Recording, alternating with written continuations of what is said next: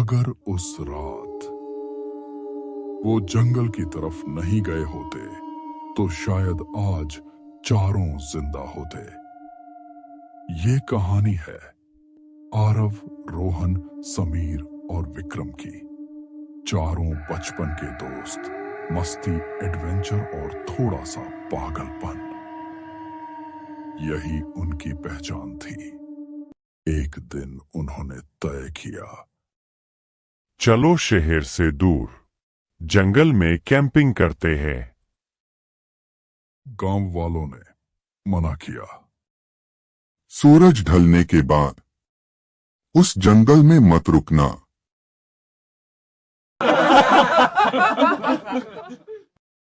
लेकिन उन्होंने हंसकर बात टाल दी। शाम तक सब ठीक था। उन्होंने टेंट लगाया, आग जलाई, वीडियो बनाई। समीर ने मजाक में कहा, अगर यहां भूत आया ना तो सबसे पहले विक्रम को ले जाएगा। सब हंस पड़े। लेकिन रात जैसे जैसे गहरी होती गई, जंगल की आवाजें बदलने लगी। पत्तों की सरसराहट, दूर से आती किसी के रोने जैसी आवाज।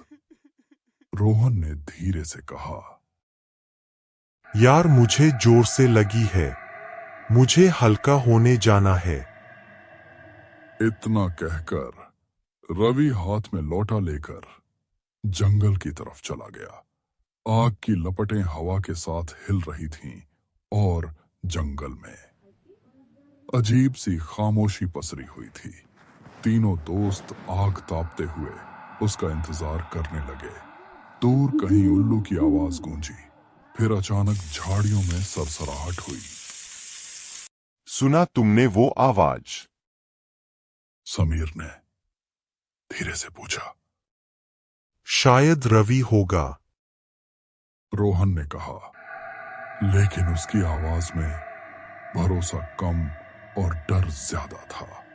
उधर जंगल के अंदर रवि जैसे ही थोड़ा आगे बढ़ा, उसे लगा कोई उसके पीछे पीछे चल रहा है। वह मुड़ा कोई नहीं। हवा अचानक ठंडी हो गई। पेड़ों की टेढ़ी मेढ़ी शाखाएं ऐसे लग रही थीं जैसे कोई हाथ उसे पकड़ने बढ़ रहे हों। तभी उसे सामने एक औरत दिखाई दी। सफेद साड़ी, लंबे बिखरे बाल, चेहरा दिखाई नहीं दे रहा था। रवि घबराकर बोला, कौन है? औरत धीरे धीरे उसकी तरफ मुड़ी। उसकी आंखें पूरी तरह लाल थीं और मुंह से खून टपक रहा था। अचानक वह गायब हो गई।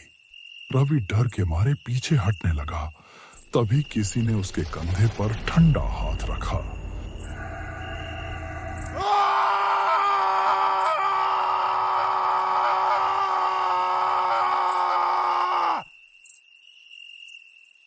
जोर की चीख जंगल में गूंजी।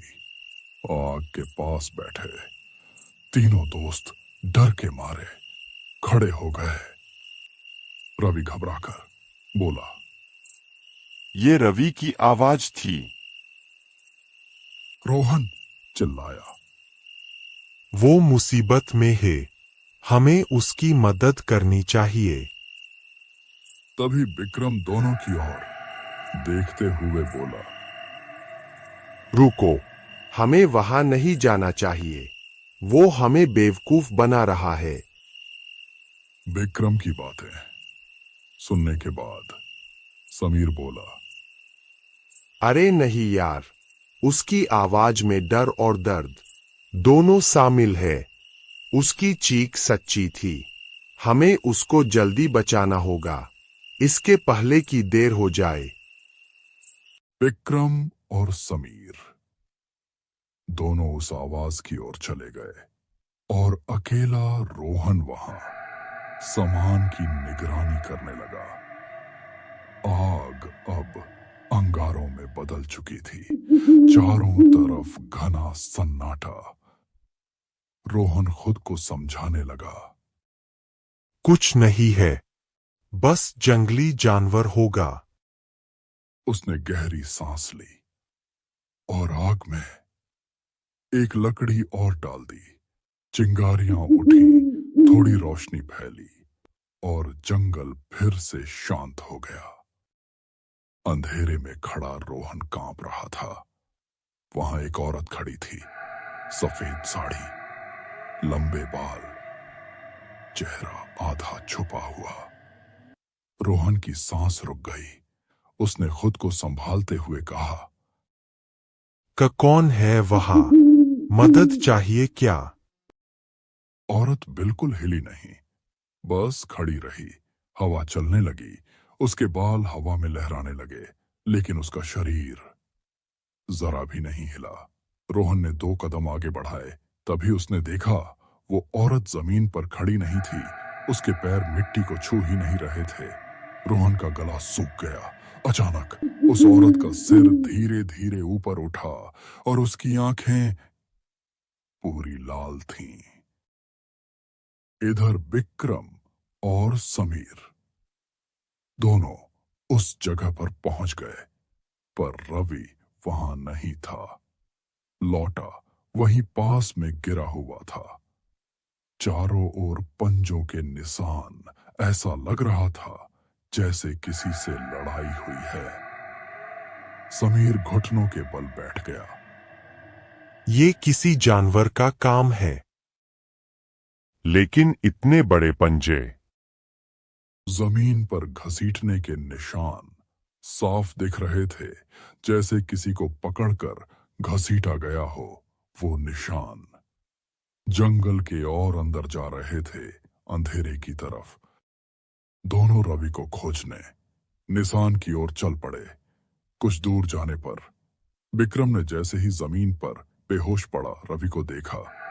उसका गला सूख गया। उसके चेहरे और हाथों पर खरोंच के गहरे निशान थे। हवा अचानक ठंडी हो गई।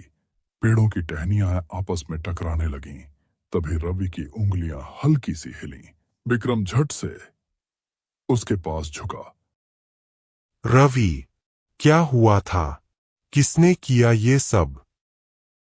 विक्रम ने उसके गाल थपथपाए। जंगल में अजीब सी खामोशी फैल गई थी, जैसे सब कुछ रुककर उन्हें देख रहा हो। रवि ने अचानक जोर से सांस ली और हड़बड़ाकर उठ बैठा। उसकी आंखें डरी हुई थीं। वो कांप रहा था। वो पीछे खड़ा था। कौन? समीर ने घबराकर पूछा। रवि ने कांपती उंगली से जंगल की तरफ इशारा किया। वो आदमी नहीं था, जानवर भी नहीं। उसकी आंखें लाल थीं और उसके हाथ पंजों जैसे थे। वो सफेद साड़ी पहनी हुई थी, पर वो औरत नहीं थी। अचानक दूर झाड़ियों में सरसराहट हुई।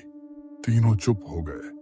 विक्रम ने फुसफुसाकर कहा, हमें यहां से निकलना होगा, अभी।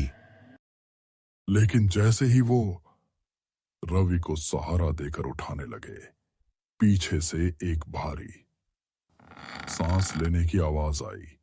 तीनों ने एक साथ पीछे मुड़कर देखा, पर वहां कुछ नहीं था, सिर्फ घना अंधेरा। तभी अचानक जंगल के अंदर से एक चीख गूंजी।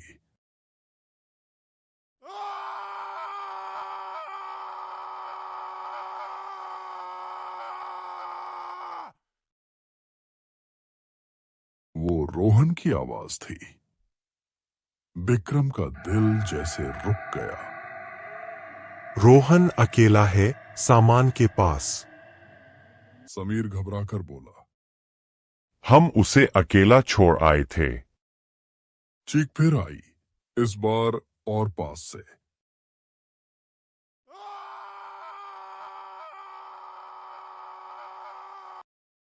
और फिर अचानक बंद। तीनों बिना कुछ सोचे उस दिशा में दौड़ पड़े। रास्ते में पेड़ों की टहनियां उनके चेहरों से टकरा रही थीं। जमीन पर वही घसीटने के ताजा निशान दिख रहे थे।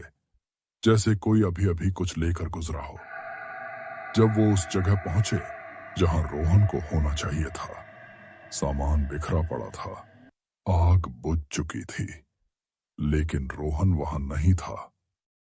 मिट्टी पर उंगलियों के खरोंच के निशान थे और पास की एक बड़ी चट्टान पर खून की पतली लकीर। तभी पीछे से बहुत धीमी आवाज आई, तुम लोग देर से आए। तीनों जम गए। आवाज ऊपर से आ रही थी। धीरे धीरे उन्होंने नजर उठाई। पेड़ की मोटी डाल पर अंधेरे में दो लाल चमकती आंखें उन्हें घूर रही थीं और नीचे पेड़ के तने से कुछ टपक रहा था, खून। जंगल की हवा भारी हो गई। समीर के हाथ से लकड़ी गिर गई। रवि पीछे हटते हुए जमीन पर बैठ गया। विक्रम की आंखों में आंसू थे। अचानक ऊपर बैठी वह परछाई हिली। दो लाल आंखें फिर चमकीं और उसी क्षण पेड़ के पीछे अंधेरे से एक चीज नीचे गिरी। ठप! वो रोहन का सिर था। तीनों के शरीर जैसे पत्थर हो गए। आवाज आई बहुत पास से, जो मेरे जंगल में आता है वापस नहीं जाता। अचानक चारों ओर से डरावनी आवाजें आने लगीं, जैसे वो अकेला नहीं थी। पेड़ों के पीछे झाड़ियों के अंदर कई जोड़ी लाल आंखें चमक उठी।